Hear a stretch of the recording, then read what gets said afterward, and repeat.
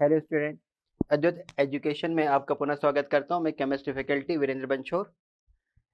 अपन solid state जो कर रहे थे, सॉलिड स्टेट में अब आज अपन करेंगे न्यूमेरिकल पोर्शन। न्यूमेरिकल में किस प्रकार के न्यूमेरिकल्स आते हैं, एक जो डेंसिटी रिलेशन है वो आपके पास एग्जाम में, मोस्ट ऑफ द एग्जाम में वो क्वेश्चन आता है। तो जैसे डेंसिटी कैसे निकालेंगे, क्या करेंगे, एक होता है फॉर्मूला रट लो, एक होता है कैलकुलेशन कर लो। तो मैं आपको कैलकुलेशन करके ही बता देता हूँ कि फॉर्मूला निकला कैसे, ठीक है बेटा।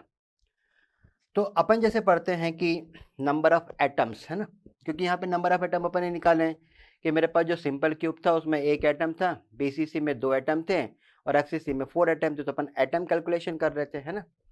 तो यहाँ पे अपन ने क्या निकाला कि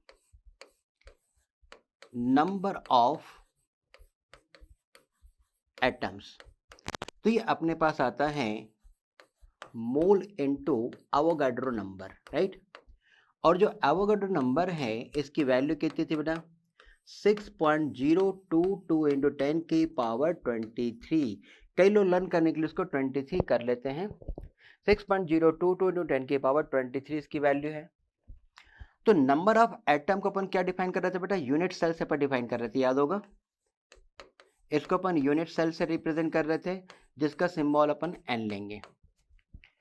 मोल क्या था मेरे पास, gram mass divide by atom होगा तो एटॉमिक मास, और मॉलिक्यूल होगा तो मॉलिक्यूलर मास। तो ये हो गया मेरे पास gram mass divide by molecular mass. Short form में क्या लिखते हैं बेटा, molar mass into Avogadro number, ठीक।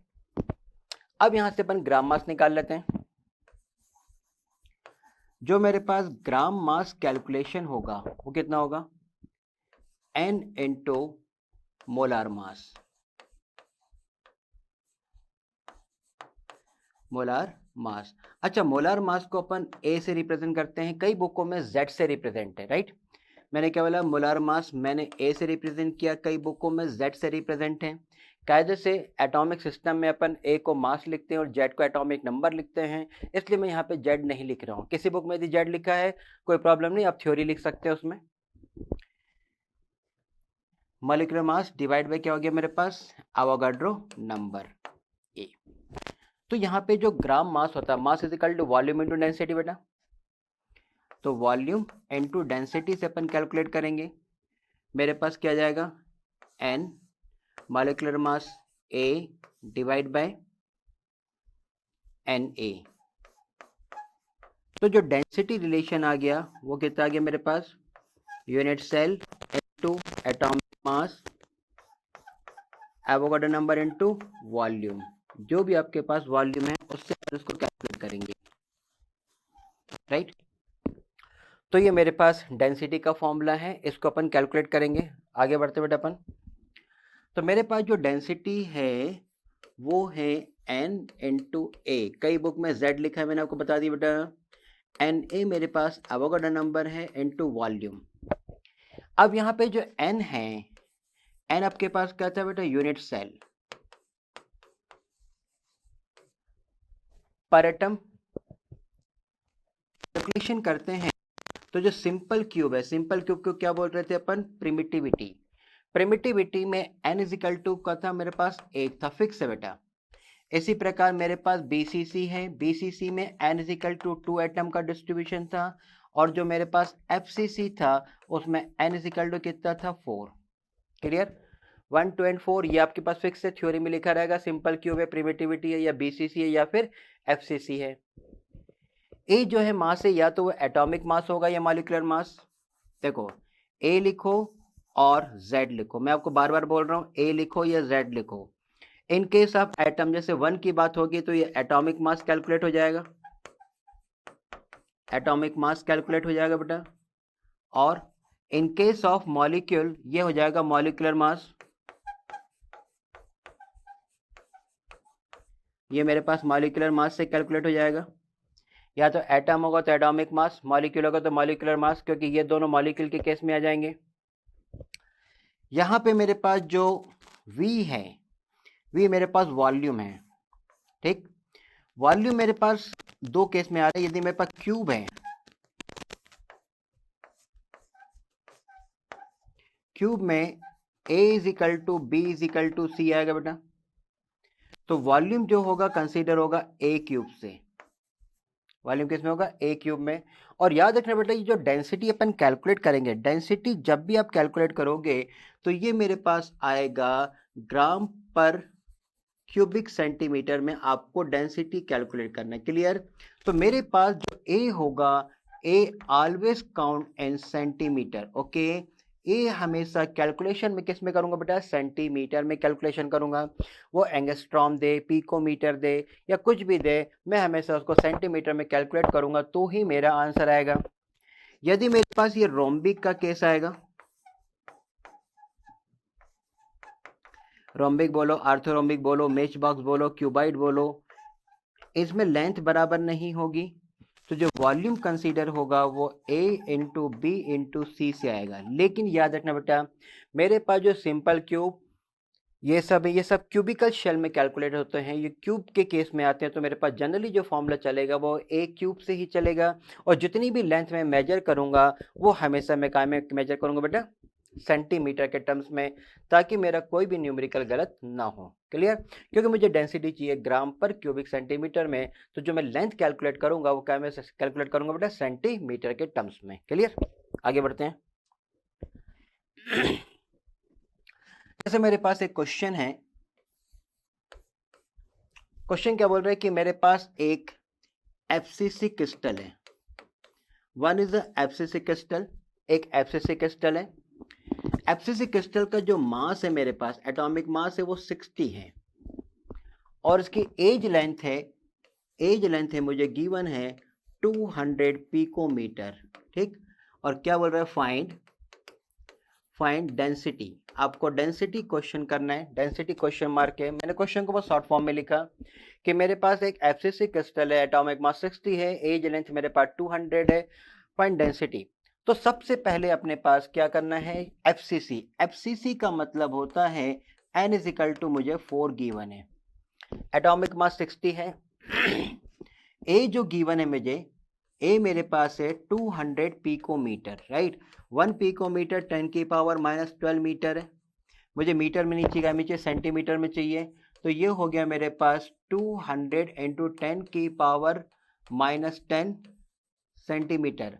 यह कितना आ गया मेरे पास? 2 इंटू 10 की पावर -8 सेंटीमीटर। फाइनल आंसर आ गया मेरे पास। अब जो करेक्टरिस्टिक्स है, ए लेंथ मेरे पास सेंटीमीटर कैलकुलेशन, क्योंकि मैंने आपको बताया कि जो भी डेंसिटी में अपन जो कैलकुलेशन करेंगे वो ग्राम पर क्यूबिक सेंटीमीटर होगा, तो लेंथ मुझे हमेशा क्या में चाहिए बेटा? सेंटीमीटर में चाहिए। अब डेंसिटी का जो फॉर्मूला था वो था मेरे पास n इंटू ए और z divide by Avogadro number into क्या लेना? वॉल्यूम ए का क्यूब। क्लियर? तो डेंसिटी n कितना मेरे पास? 4, एफसीसी मतलब 4 इंटू ए, मास कितना गिवन है? 60, एवोगाड्रो नंबर 6.022 इंटू 10 की पावर 23 से कैलकुलेट होगा। ए कितना गिवन है? 2 इंटू 10 की पावर -8 की पावर 3। क्लियर? इससे अपन कैलकुलेट कर देंगे, अपना आंसर आ जाएगा। देखो, जब ये रेशियो में है तो आप 0.022 को आप छोड़ सकते हो, आप नलीफाइड कर दो, वैसे भी आंसर सेम आएगा, आप करके देख लेना। जब इसको अपन कैलकुलेट कर रहे हैं, यदि मैं लूज करता हूं तो आ जाएगा 4 इंटू 10। देखो मैंने केवल कुछ नहीं करा, 6 से उसको कट कर दिया डायरेक्ट। नीचे कितना हो गया मेरे पास? 8 इंटू 24 और ये 23, 10 की पावर -1। क्लियर? ऊपर जाके 100 हो गया, कट गया। तो d इजिकल टू कितना दिख रहा है मुझे? 100 डिवाइड बाय 2 दिख रहा है, 50 हो गया। तो मेरा आंसर कितना हो गया बेटा? 50 ग्राम पर क्यूबिक सेंटीमीटर आंसर। तो मेरे पास जो एफसीसी क्रिस्टल में जो मुझे क्वेश्चन दिया था, जो न्यूमेरिकल दिया था, उसका आंसर अपने सिंपलीफाई तरीके से सॉल्व कर लिया, ये रहा। ऐसे और भी क्वेश्चन हो सकते हैं।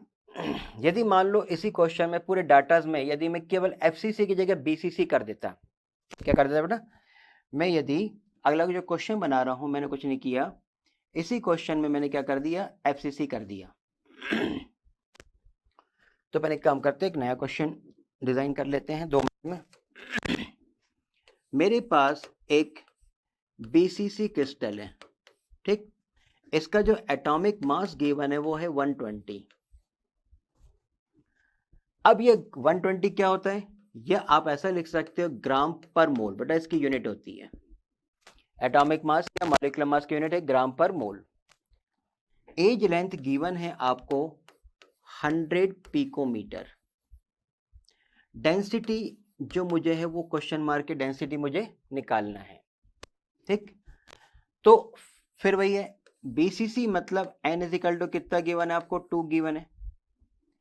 ए जो गिवन है 100 पिकोमीटर है, तो 100 इंटू 10 की पावर कितना कर दे -10 -12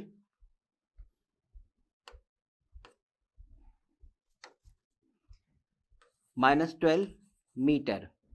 तो काउंट करेंगे तो कट के आएगा 10 की पावर -8 सेंटीमीटर, क्योंकि मुझे सेंटीमीटर करना है। यहां पे जो डेंसिटी फॉर्मूला था D equal to n into mass divide by Avogadro number into volume. Volume कितना था मेरे पास AQ, वॉल्यूम कितना था मेरे पास AQ। तो n कितना है 2, मास 120, एवोगाड्रो नंबर 6.022 इंटू 10 की पावर 23। मैंने क्या बोला, लिखते समय लिख दो, नहीं भी लिखना तो 6 से कैलकुलेट कर दो, आपका आंसर आएगा। वॉल्यूम है AQ, 10 की पावर -8 की पावर अपन ने क्या ले लिया बेटा 3 ले लिया, आपका आंसर आ गया, ठीक। अब यहां पे जब कैलकुलेशन किया तो आपके पास वैल्यू डायरेक्ट कैंसिल हो जाएगी। देखो यहाँ पे 6 2 जा है ना, यहां से कट किया अपने 6 2 जा 20, ये हो गया आपका 20 से इंटू किया 40 डिवाइड बाय कितना आपके पास 10 की पावर -1। तो ये मेरे पास कैलकुलेशन ऑब्जर्वेशन कितना रहा बेटा 400 ग्राम पर क्यूबिक सेंटीमीटर, ये मेरे पास डेंसिटी आ गई।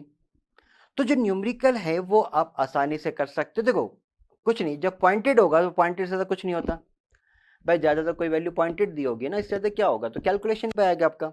तो एक मैं आप केवल हिंट दे रहा हूं कि क्वेश्चन न्यूमेरिकल आपको कैसे करना है, किस टाइप के करने हैं। फिर ऑब्जेक्टिव पैटर्न पे मैं खूब सारे क्वेश्चन लेंगे बेटा।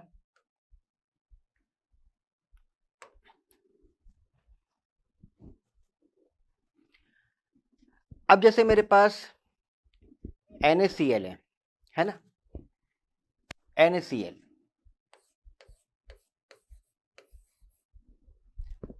NaCl में मुझे डेंसिटी निकालनी है। क्या बोल रहे हैं, NaCl में डेंसिटी निकालनी है। यहां पे जो Na जो आयंस हैं, इसका जो रेडियस आपको गिवन है वो है 95 पिकोमीटर, ठीक। और रेडियस ऑफ जो Cl नेगेटिव है वो मुझे गिवन है 181 picometre. Find density of the NaCl crystal. अब ऐसा क्वेश्चन बना दिया। अब बच्चा बोलता सर मुझे एज लेंथ तो गिवन ही नहीं है, तो ऐसा थोड़ी कि दोनों को जोड़ देंगे तो एज लेंथ आ जाएगी, नहीं। अब आप स्ट्रक्चर पे जाओ। जब आपने NaCl का स्ट्रक्चर पढ़ा था तो आपने क्या पढ़ा था बेटा, जब अपन ने NaCl का स्ट्रक्चर पढ़ा था तो एज जो लेंथ थी वो आपके पास क्या थी, छोटा सा एक ऑब्जर्वेशन किया करो बेटा, न्यूमेरिकल आसान हो जाते हैं। देखो यहाँ पे क्या था कि यहाँ पे नेगेटिव था, यहाँ पे नेगेटिव था और बीच में पॉजिटिव था, याद होगा बेटा। तो ये जो लेंथ वो मेरे पास ए थी बेटा, देखो ध्यान से, है ना। तो जो एज लेंथ ए थी वो थी मेरे पास R negative 2R positive, R negative, देख लो ध्यान से, इसका रेडियस, इसका रेडियस और इस बीच वाले का डायमीटर, तो अपने पास ये था। एज लेंथ अपन कैलकुलेट करेंगे वो हो जाएगी 2R positive plus R negative, इसको ऐड करके अपन डबल कर देंगे तो एज लेंथ कितनी आ गई 295 प्लस 181, ये क्या में आएगा बेटा पिको मीटर में। तो कई बार क्या होते हैं जो क्वेश्चंस होते हैं वो इस प्रकार से दे दिए जाते हैं, तो आप उसको देखो, आपको यदि स्ट्रक्चर आता है आप कोई भी क्वेश्चन सॉल्व कर लोगे, और स्ट्रक्चर नहीं आएगा तो आप कुछ नहीं कर पाओगे। तो यहाँ पे जो ए आपके पास आ गया जो गिवन नहीं था, इस प्रकार से अपने निकाल लिया, 2 इंटू ये हो गया आपके पास 6 276, ए इज इक्वल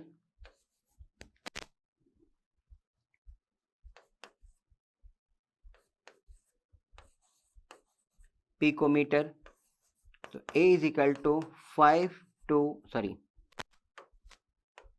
मुझे हर लेंथ का में चाहिए बेटा, सेंटीमीटर में चाहिए। तो 552 इंटू 10 की power minus 10 centimetre edge length आ गया। अच्छा, NaCl का जो मास होगा, अब ये भी आपको नहीं दिया तो आप इससे निकाल लेंगे। NaCl का मास है 23 और 35.5, इससे कर लिया तो कितना आ गया बेटा मेरा 58.5 इसका मॉलिक्यूलर मास आ गया। एज लेंथ आ गई, मॉलिक्यूलर मास आ गया। मॉलिक्यूलर मास का सिंबल अपन ने कितना लिया था, या तो A लिखो या फिर Z लिखो। मैंने आपको बताया बेटा, कई बुक में Z लिखा है, कई बुक में A लिखा है, कंफ्यूज मत होना, मास है वो। और क्या, वॉल्यूम आ गया, ये आ गया। हाँ, एवोगाड्रो नंबर सबको मालूम है। एवोगाड्रो नंबर कितना होता है, Na कितना होता है मेरे पास 6.022 इंटू 10 की पावर 23 से कैलकुलेट होगा, इससे अपना आंसर आ जाएगा। अब जो अपन ने डेंसिटी लिखा तो डेंसिटी का केवल फॉर्मूला पुट करो। डेंसिटी जो थी मेरे पास वो कितनी थी बेटा, डेंसिटी थी मेरे पास n into mass divide bye Na। देखो याद रखने का तरीका, ये भी n है, ये भी n है, डिवाइड बाय वॉल्यूम A का क्यूब है। अब यहाँ पे NaCl जो है बेटा, जो NaCl है, ये NaCl FCC स्ट्रक्चर होता है, ये भी अपन ने पढ़ा। FCC मतलब n इज इक्वल टू कितना हो गया, 4 हो गया। Clear, n is equal to कितना हो गया, 4 हो गया।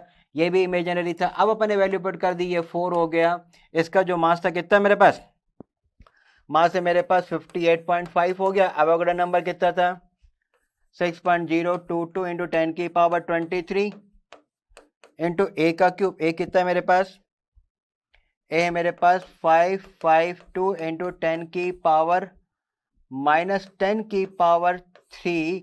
इसको आप कैलकुलेट कर दो तो जो भी मेरे पास x आंसर आएगा वो क्या में कैलकुलेट होगा, ग्राम पर क्यूबिक सेंटीमीटर में। आप इसको कैलकुलेट कर दो कैलकुलेटर से या किसी भी मशीन से, ठीक। तो इस प्रकार से अपन कोई क्वेश्चन सॉल्व करते हैं। क्वेश्चन की और भी वैरायटीज हो सकती हैं, आपको लेंथ अलग अलग दे सकते हैं, लेकिन क्यूबिक सिस्टम में आपको इसी प्रकार के क्वेश्चंस आएंगे।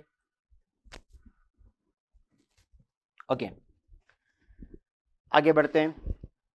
अब जैसे मेरे को कोऑर्डिनेशन नंबर यदि मालूम है तो अपन रेडियस रेशियो कैसे निकालते हैं, ये भी अपन को मालूम था।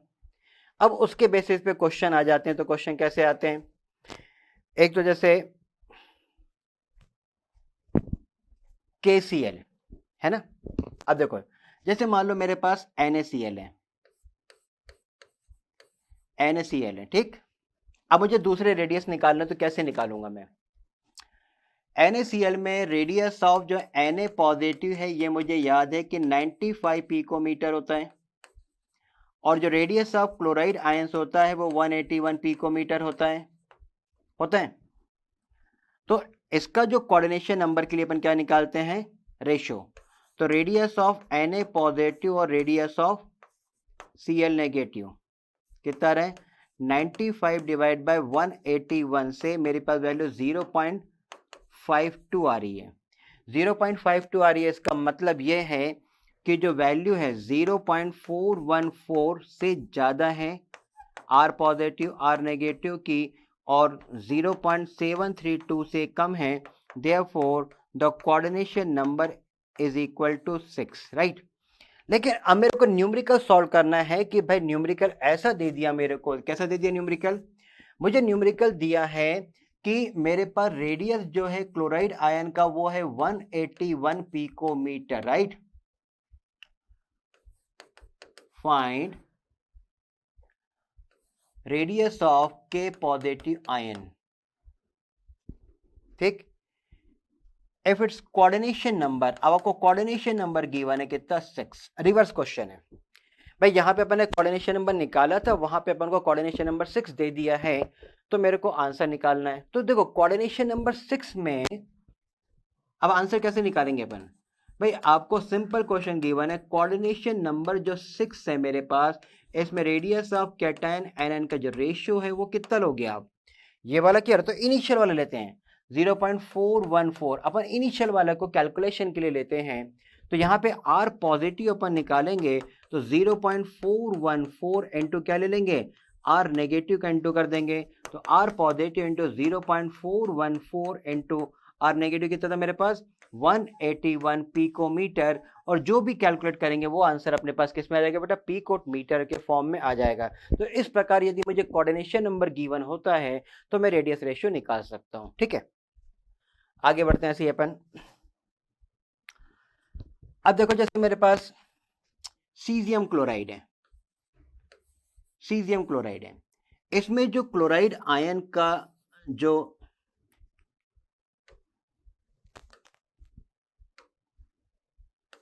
वैल्यू है वो है 181। ये चेंज थोड़ी होगा कि उसमें अलग है इसमें, ये तो सेम रहेगा, पिकोमीटर है। आर्सीजियम आयन के लिए क्वेश्चन मार्क है, इसका जो कोऑर्डिनेशन नंबर है वो मेरे पास है 8।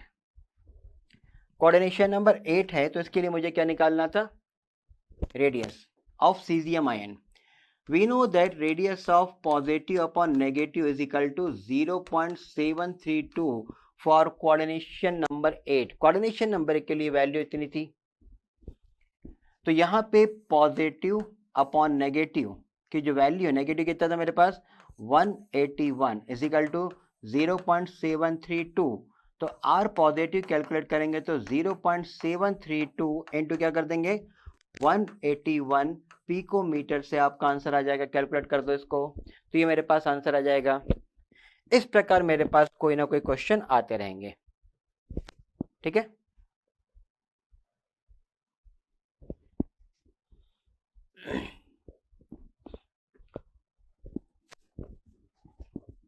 अब जैसे एक क्वेश्चन फॉर्म किया, क्वेश्चन फॉर्म कैसे किया कि मेरे पास एक क्यूबिकल सिस्टम है, क्यूबिकल अरेंजमेंट है एटम का, इसमें एटम का डिस्ट्रीब्यूशन 2 से ज्यादा जगह पे है ना। सपोज किया कि मेरे पास एक एटम एक्स यहां पर है, कहां पर है, कॉर्नर पे। कॉर्नर पे जो एटम का डिस्ट्रीब्यूशन है वो हमेशा एक्स अपन ने कहा लिया बेटा, कॉर्नर पे लिया। ठीक, दूसरा क्या बोल रहा है कि मेरे पास एटम जो वाई है वो एज के सेंटर पर है। मेरे पास कितने एज है बेटा, 12 एजेस हैं। 12 के 12 एज में के सेंटर पे मेरे पास वाई एटम का कंट्रीब्यूशन है। अब क्या बोल रहा है कि भाई मेरे पास एक एटम है जो कि Z है, वो बॉडी के सेंटर पर है, ऐसे। तो इसका मुझे मॉलिक्यूलर फॉर्मूला कैलकुलेट करना है। आसान क्वेश्चन है ये भी। देखो x कहां पे था, x था मेरे पास कॉर्नर पे, 8 कॉर्नर, हर कॉर्नर पे 1/8 से कितना हो गया बेटा, 1 हो गया। y कहां पर है, एज पे, कितने एज है, 12 है, हर एज में कितना था बेटा, 1/4 था, कितना हो गया, 3। और z कहां था, बॉडी सेंटर पे केवल 1 है। तो मेरे पास जो फॉर्मूला रिलीज हो रहा है वो है x1 है, y मेरे पास 3 है और z मेरे पास 1 है। मेरा आंसर आ गया। देखो आपको केवल मालूम होना चाहिए कि कंट्रीब्यूशन अपन कैसे करते हैं। कोई भी चीज अपन जब कैलकुलेट करते हैं तो ये अपन आसानी से सॉल्व कर लेते हैं। क्लियर। तो ये मेरे पास कुछ न्यूमेरिकल पार्ट है जो अपन सॉल्व करते हैं। ठीक, ऐसे और भी क्वेश्चंस अपन फॉर्म कर सकते हैं। जैसे मान लो ये z यहां ना दे के कहीं और देता, कैसे दे देता, देखो अपने पास एक नया क्वेश्चन फॉर्म किया अपन ने।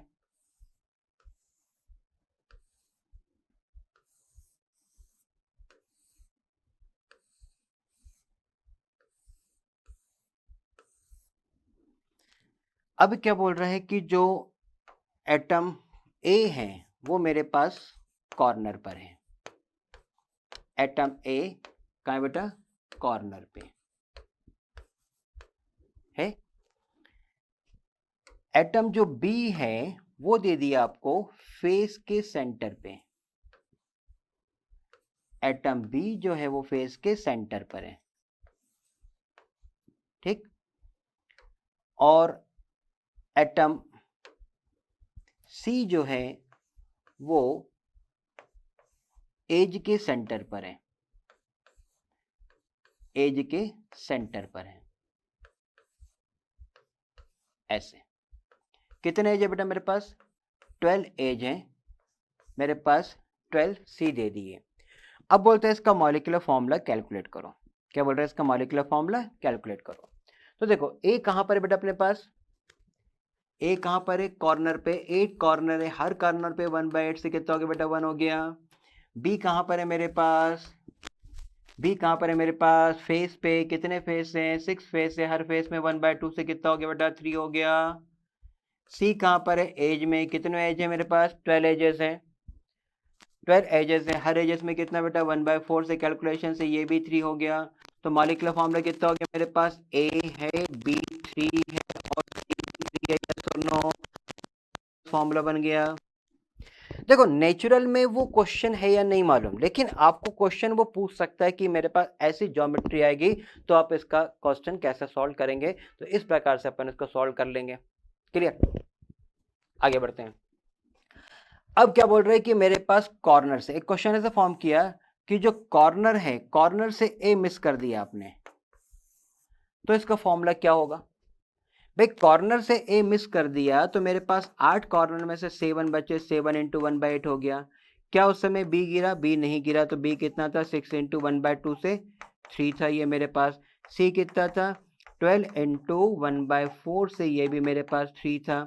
तो जो फॉर्मूला आया वो कितना है बेटा? ए 7/8, बी मेरे पास 3 था और सी भी मेरे पास 3 था। क्या करेंगे बेटा? मल्टीप्लाई बाय 8 कर देंगे। मल्टीप्लाई बाय 8 करेंगे तो कितना आएगा? ए 7, बी 24 और सी 24। आपका आंसर आ गया। देखो कब? जब कॉर्नर से ए मिस हो जाए। कितना मिस हो जाए? एक मिस हो जाए। फिर अगला क्वेश्चन फॉर्म किया। क्या फॉर्म किया?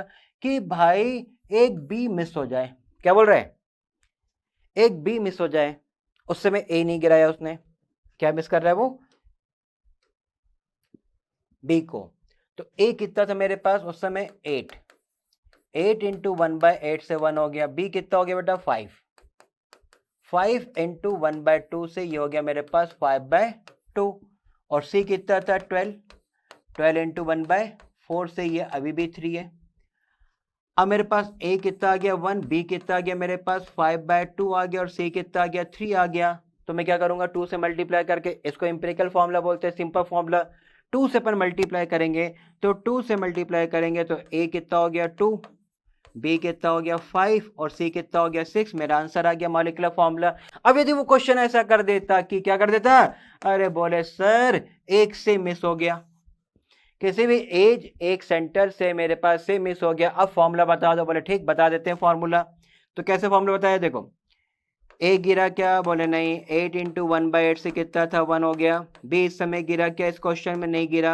6 इंटू 1/2 से कितना हो गया? 3 हो गया। अब बोले सी गिराया आपने कितना? ए कितने थे? 12। 11 बचे। 11 इंटू 1/4 से ये हो गया 11/4। तो मेरे पास जो सिंपल फॉर्मूला आ गया वो कितना आ गया? ए बी 3 सी 11/4। क्या करेंगे?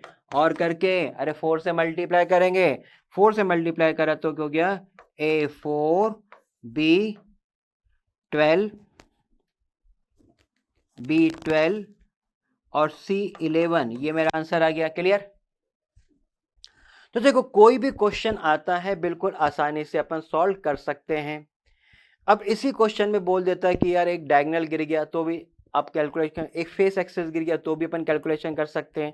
तो कैलकुलेशन बहुत आसानी से अपन कर सकते हैं। बस कंट्रीब्यूशन अपन को आना चाहिए कि कंट्रीब्यूशन वो किस प्रकार से उसमें कर रहा है। क्लियर है? इस प्रकार से अपन कोई भी क्वेश्चन सॉल्व कर सकते हैं, कैसा भी क्वेश्चन। देखो इसी में मैं नेक्स्ट क्वेश्चन सॉल्व कर रहा हूं। अब क्या बोल रहा है क्वेश्चन में? अब इस क्वेश्चन में बोला कि मेरे पास फेस एक्सेस गिर गया। क्या बोल रहे हैं? फेस एक्सेस से एटम गिर गया।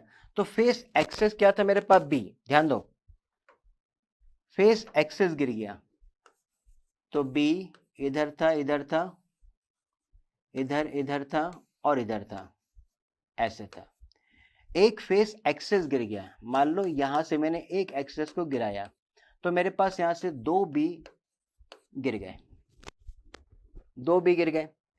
भाई आपके पास जो अरेंजमेंट था उसमें ए कितना था? 8 था। 8 इंटू 1/8 से बिल्कुल फिक्स ही अभी भी 1 है।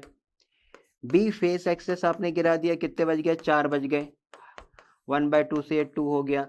इस समय सी नहीं गिरा था, कितना था, 12 था, इंटू 1/4 से कैलकुलेशन में ये 3 था, तो फॉर्मूला कितना हो गया बेटा, C2 और C3। क्लियर, ये फॉर्मूला बन गया। अब यदि बोलता कि एज डायगनल से गिर जाए, एज डायगनल कैसा था भाई, एज डायगनल कोई भी डायगनल से गिरे तो मेरे पास जो सी है 2, ये 2 मेरे पास गिर जाएंगे। डायगनल में क्या था, सी था बेटा, सी मेरे पास गिर जाएगा। क्या उस समय ए गिरेगा, नहीं, ए नहीं गिरेगा तो कितना आएगा, 8 इंटू 1/8 से 1 आ जाएगा। इस समय बी नहीं गिराया तो 6 इंटू 1/2 से ये कितना था, 3 था मेरे पास। और इस समय सी अपन ने गिरा दिया, 12 में से 10 बचे, इंटू 1/4, सॉरी ये 1/4 से कैलकुलेट हो गया, 5/2। तो ए कितना हो गया मेरे पास 1, बी कितना हो गया 3, और सी कितना हो गया बेटा, और करके क्या करेंगे, 2 से मल्टीप्लाई किया तो A2 हो गया, B3 हो गया, और C कितना हो गया 5, सॉरी गड़बड़ करा थोड़ा सा, देखो यहाँ पे मल्टीप्लाई करने में,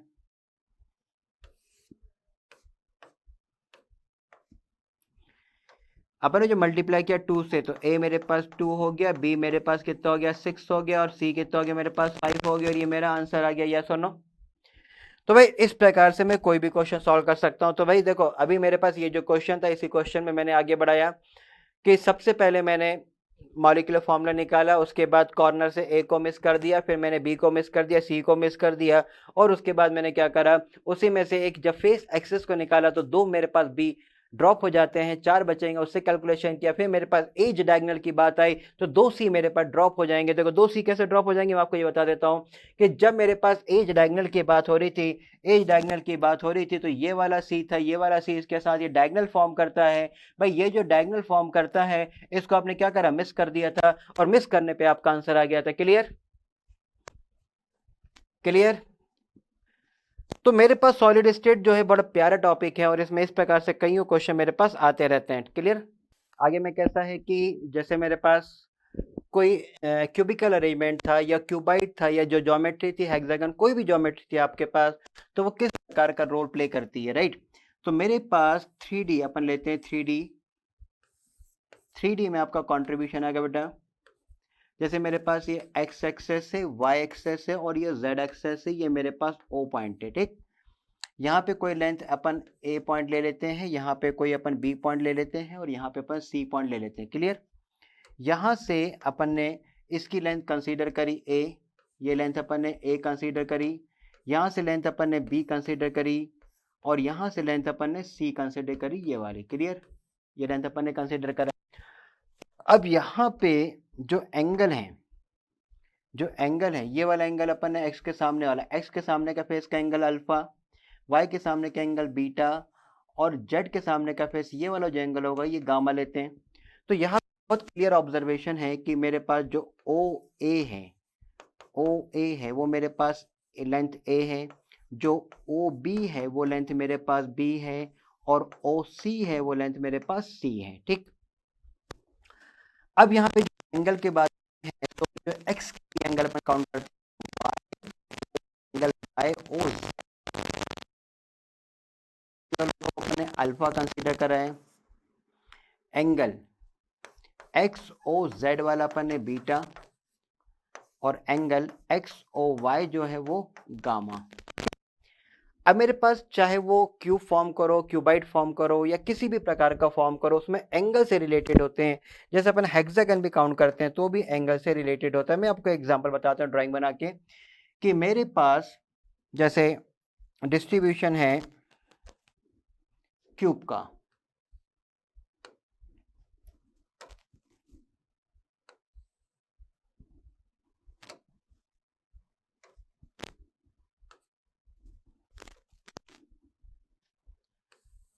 जैसे क्यूब है, या क्यूबाइड है, या आर्थोगोनल, बहुत सारे आपके पास स्ट्रक्चर है। मेरे पास 7 टाइप्स के क्रिस्टल सिस्टम्स होंगे, राइट। तो एंगल वगैरह क्या होते हैं, कैसे होते हैं, मैं आपको एक जस्ट रफ आइडिया बता रहा हूँ कि जैसे ये अलोंग एक्स हो जाएगा बेटा, ये वाला अलोंग वाई हो जाएगा, और ये वाला अलोंग z हो जाएगा। क्लियर है? तो ये वाली लेंथ होगी वो a से काउंट होगी, ये b से काउंट होगी, ये c से काउंट होगी। अब ये लेंथ काउंट होने के बाद मेरे पास ये वाला जो एंगल होगा वो अल्फा काउंट होगा, ये वाला एंगल बीटा काउंट होगा और ये वाला एंगल गामा काउंट होगा। एक ये है। और भी मेरे पास ज्योमेट्री में जैसे मैं हेक्सागन की बात करता हूँ तो हेक्सागन में भी मेरे पास एंगल डिस्ट्रीब्यूशन होंगे। वो एंगल डिस्ट्रीब्यूशन कैसे होंगे? ऐसे।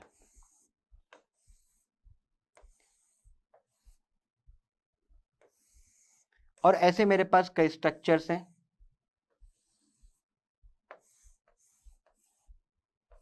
ये रहा।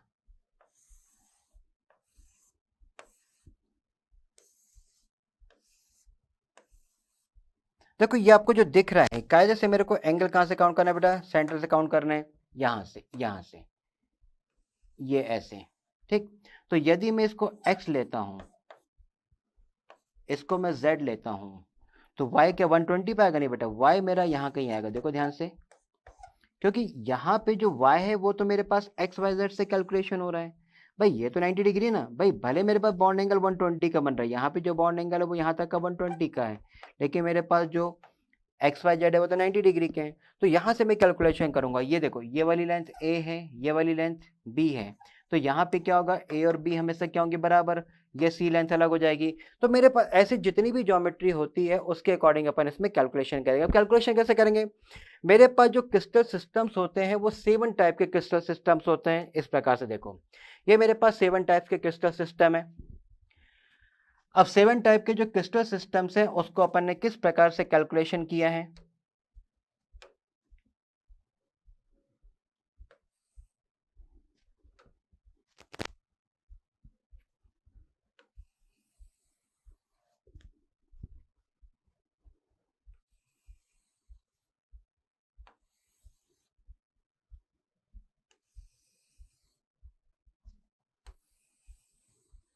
देखो, यहाँ पे एक मेरा एक ऑब्जेक्टिव क्वेश्चन का पोर्शन होता है कि क्रिस्टल सिस्टम मेरे पास कितने टाइप के? बेटा 7 टाइप के हैं, जो कि लेंथ और एंगल पे डिपेंड कर रहे हैं। पहला क्यूबिक है। क्यूबिक का मतलब होता है मेरे पास जो तीनों लेंथ होती हैं, जो तीनों लेंथ होती है वो हमेशा क्या होती है? बराबर होती है।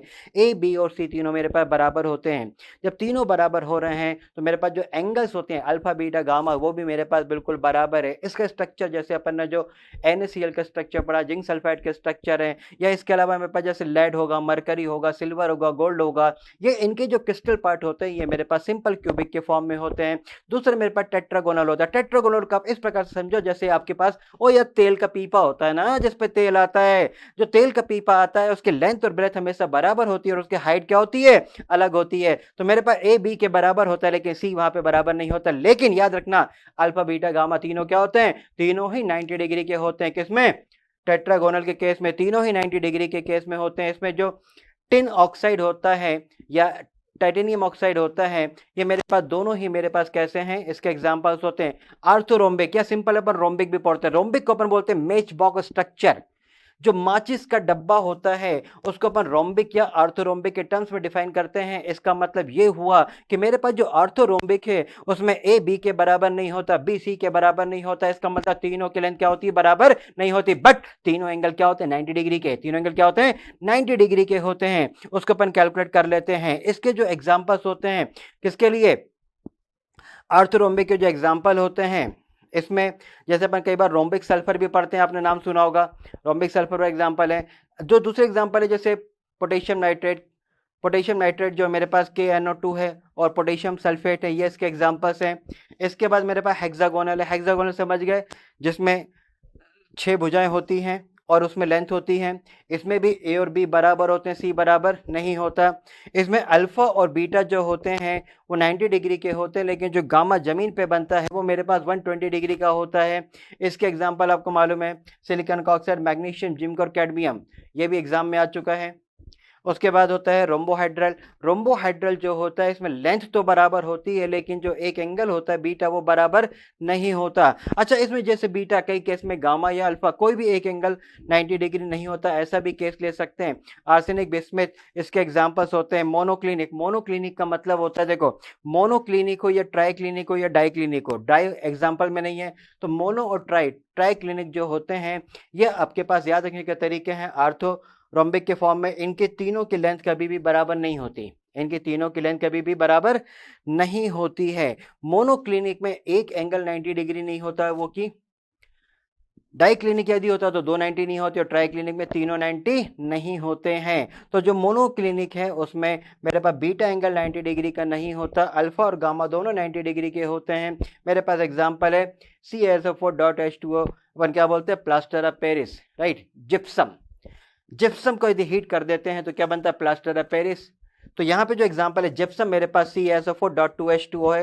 ट्राई क्लिनिक में तीनों लेंथ बराबर नहीं है और तीनों एंगल भी बराबर नहीं होते हैं। इसका एग्जांपल है डाइक्रोमेट, बहुत इंपॉर्टेंट है। जो डाइक्रोमेट, पोटेशियम डाइक्रोमेट है, K2Cr2O7, ये इसका एग्जांपल है। या मेरे पास जो ब्लू विट्रियल है, कॉपर सल्फेट 5 हाइड्रेट, CuSO4.5H2O, ये इसके एग्जांपल होते हैं, किसके, ट्राई क्लिनिक के एग्जांपल्स होते हैं। तो ये मेरे पास सॉलिड स्टेट का कुछ पोर्शन है जो कि बहुत इंपॉर्टेंट पोर्शन है अपने पास। क्लियर? तो इसके आगे अपन फ्लो चार्ट पूरा अपने पास, पूरे टॉपिक को मैं एक बार PDF के फॉर्म में पूरा रिपीट करूंगा।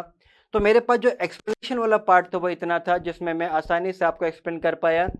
इसके बाद वाले जो टॉपिक्स है वो थ्योरेटिकल टॉपिक्स होंगे, जिसमें मैं आपके पास बहुत सारे डिफेक्ट्स, क्रिस्टल सिस्टम में कितने प्रकार के डिफेक्ट्स होते हैं, या मैग्नेटिक करेक्टर है। अच्छा है क्या कि मेरे पास कुछ सिलेबस से हट गया है, तो जो हट गया कोई दिक्कत नहीं, लेकिन अब पढ़ेंगे पूरा, रीड करेंगे पूरा, ठीक। तो यहाँ पे मेरे पास सॉलिड स्टेट है, जो सॉलिड स्टेट के बाद अपन PDF फॉर्म इसका पढ़ेंगे पूरा सॉलिड स्टेट, जहां पे अपन एक हल्का सा रिपीटेशन भी करेंगे, फाइनल टच में अपन उसको रिपीट करेंगे, और वो मेरे पास सॉलिड स्टेट का लास्ट वीडियो होगा। तब तक पढ़ते रहो, आगे बढ़ते रहो। Thank you.